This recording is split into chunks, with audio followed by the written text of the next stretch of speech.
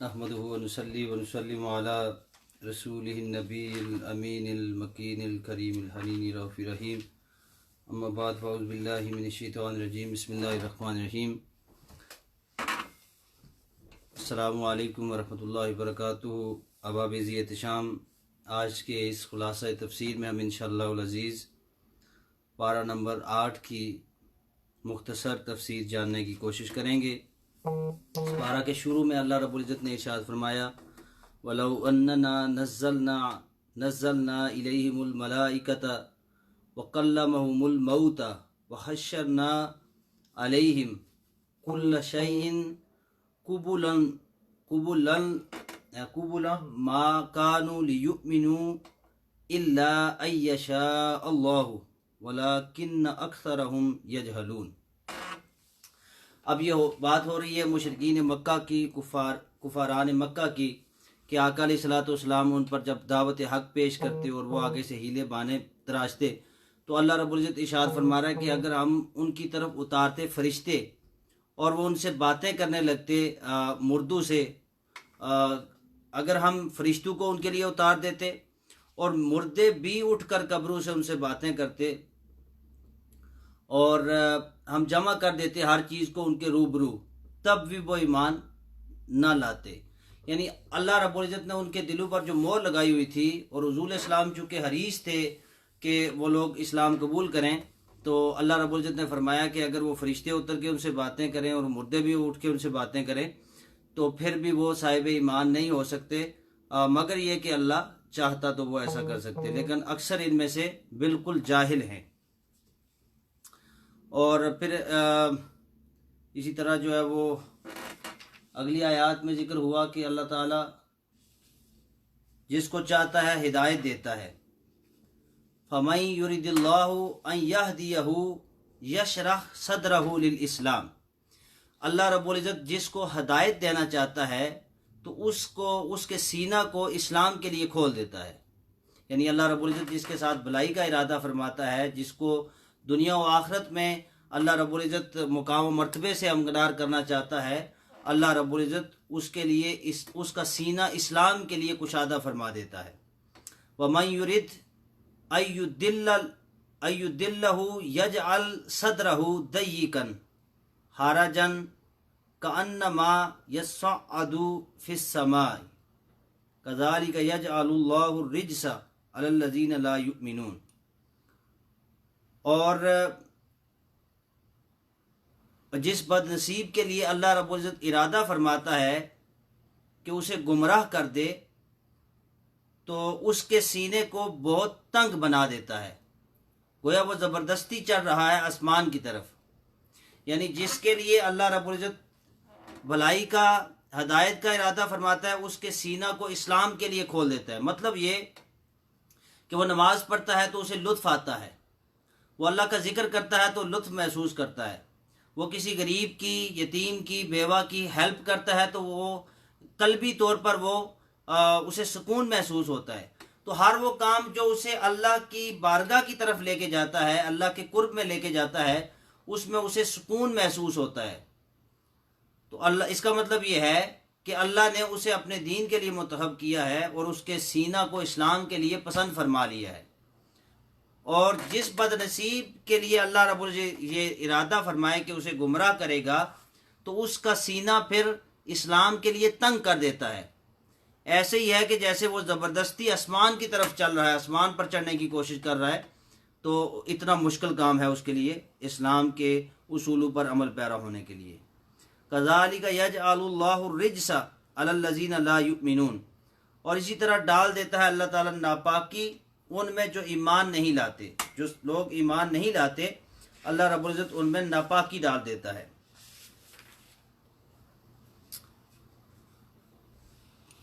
फिर अल्लाह रब्बुल इज़्ज़त ने आगे अगली आयत में इरशाद फरमाया,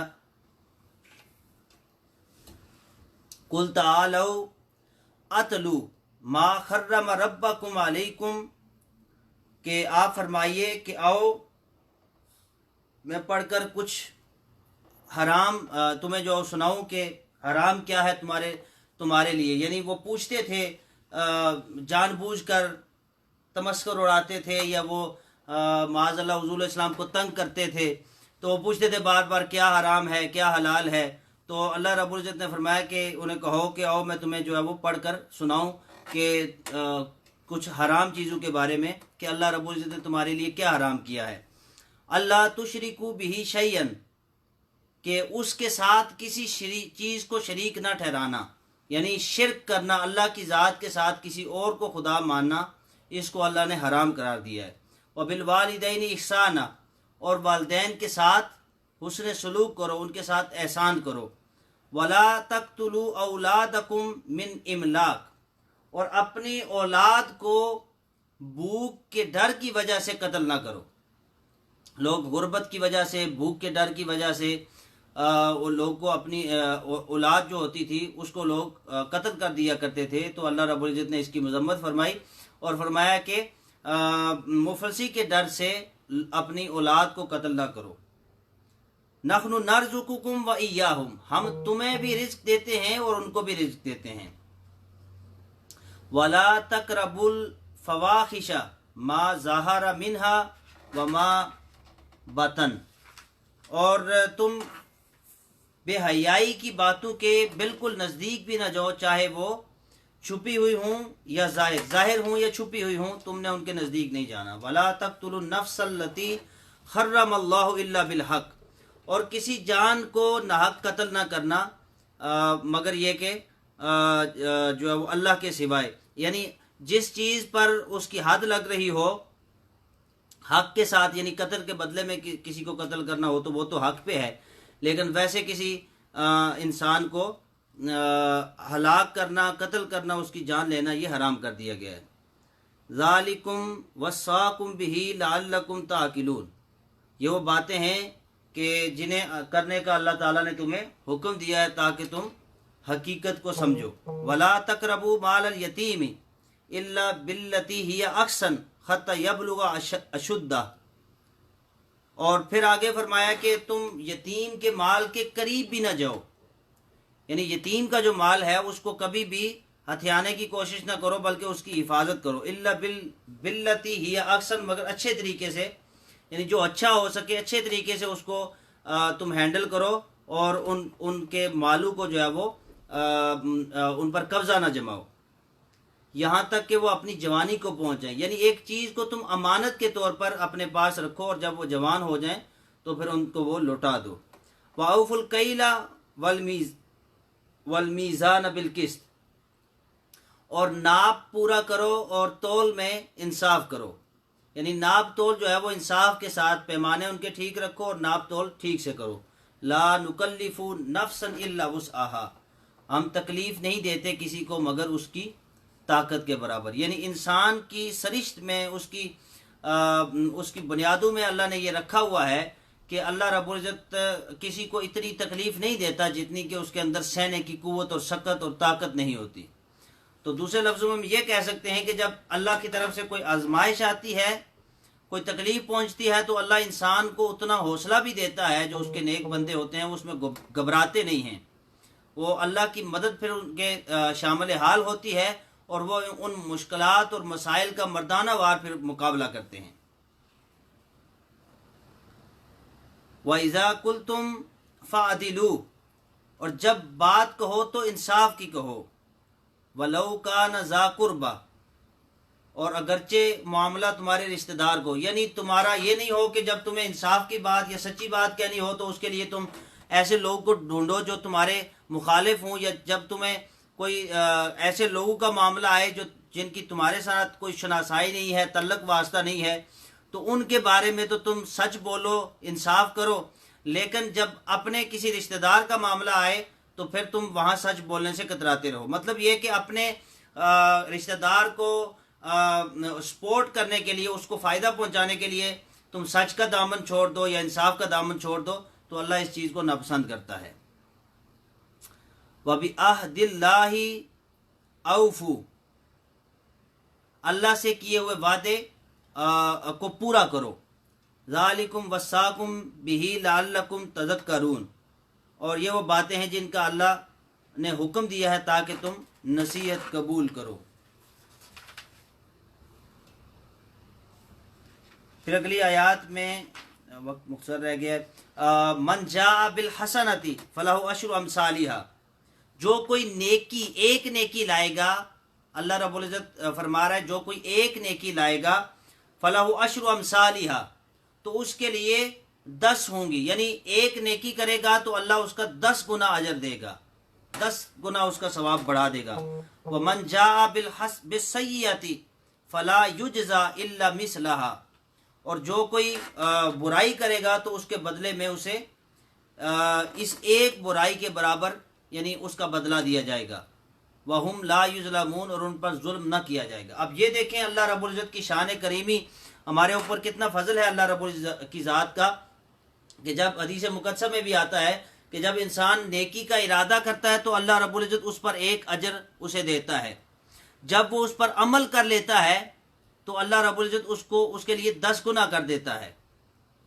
और जब कोई इंसान गुनाह का इरादा करता है तो अल्लाह रब्बुल इज़्ज़त उस पर उसे कोई गुनाह उसके नामा अमाल में नहीं लिखता, और जब वो गुनाह कर लेता है तो फिर एक गुनाह लिखवाता है।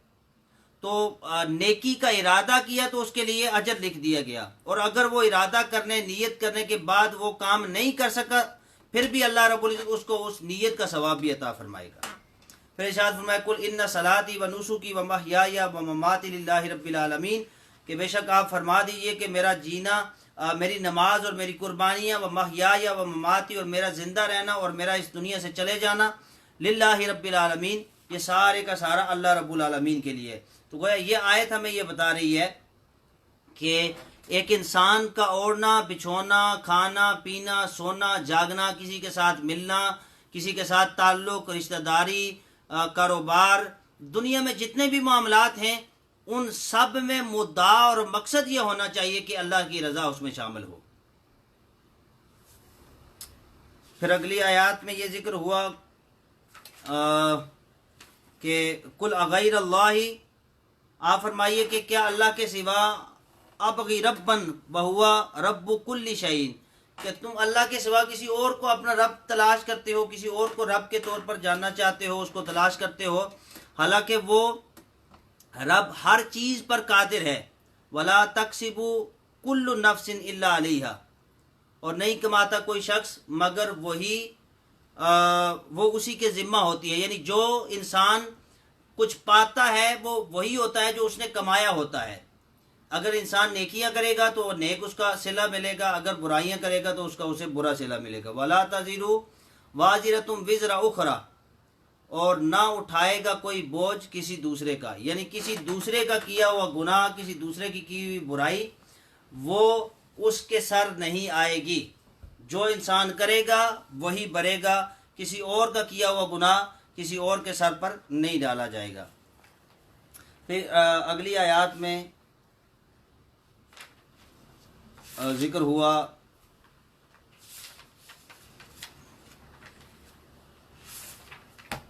आगे सूरह आराफ शुरू होती है, और फिर इनमें इख्तिसार के साथ चूँकि वक्त हो गया है, फिर इसमें ये जिक्र हुआ कि हमने इंसानों को जो है वो बड़ी ख़ास शक्ल में पैदा किया, इंसानों को तख्लीक किया और फिर उनको ख़ास शक्ल में यानी इंसानी सूरत में पैदा किया, और फिर फरिश्तों को हुक्म दिया कि तुम इनको सजदा करो, यानी आदम अलैहिस्सलाम की बात हो रही है।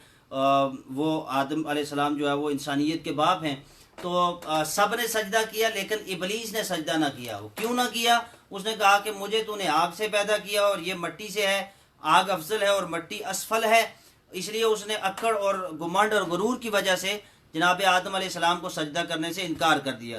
तो अल्लाह रब्बुल इज़्ज़त ने उससे रोंदा दरगाह कर दिया, उसको वहाँ से निकाल दिया, दुत्कार दिया, और उसने फिर मोहलत मांगी कि मैं अल्लाह मुझे ये इख्तियार दे दे कि मैं जब तक मेरी ज़िंदगी है क़यामत तक मैं उन लोगों को भटकाता रहूँगा जो जो तेरे रास्ते पर आएंगे। तो अल्लाह रब्बुल इज़्ज़त ने फिर ये चैलेंज भी शैतान को किया कि फरमाया कि तुम ठीक है तुम्हें ये इख्तियार देता हूँ, लेकिन जो मेरे बंदे होंगे, ख़ास मेरे बंदे होंगे जो मेरी रज़ा के तालब होंगे, तुम कभी भी उनको मेरी राह से जुटला नहीं सकते, भटका नहीं सकते। हाँ, वो जब भी गुनाह करके मेरी बारगाह में रजू करेंगे, तौबा करेंगे, मुझसे मग़फ़िरत तलब करेंगे तो मैं उनके गुनाहों को माफ़ फरमा दिया करूँगा।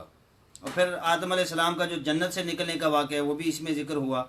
अल्लाह रब्बुल इज़्ज़त हमें हुज़ूर अलैहिस्सलाम के लाए हुए मुक़द्दस दीन और आका अलैहिस्सलाम के कल्ब अत्हर पर नाज़िल होने वाली किताब कुरान मजीद फ़ुरक़ान हमीद की आयात बय्यिनात को पढ़ने समझने की तौफ़ीक़ अता फ़रमाए। जी हाफ़िज़ साहब, आप शुरू करें। अस्सलामु अलैकुम व रहमतुल्लाह।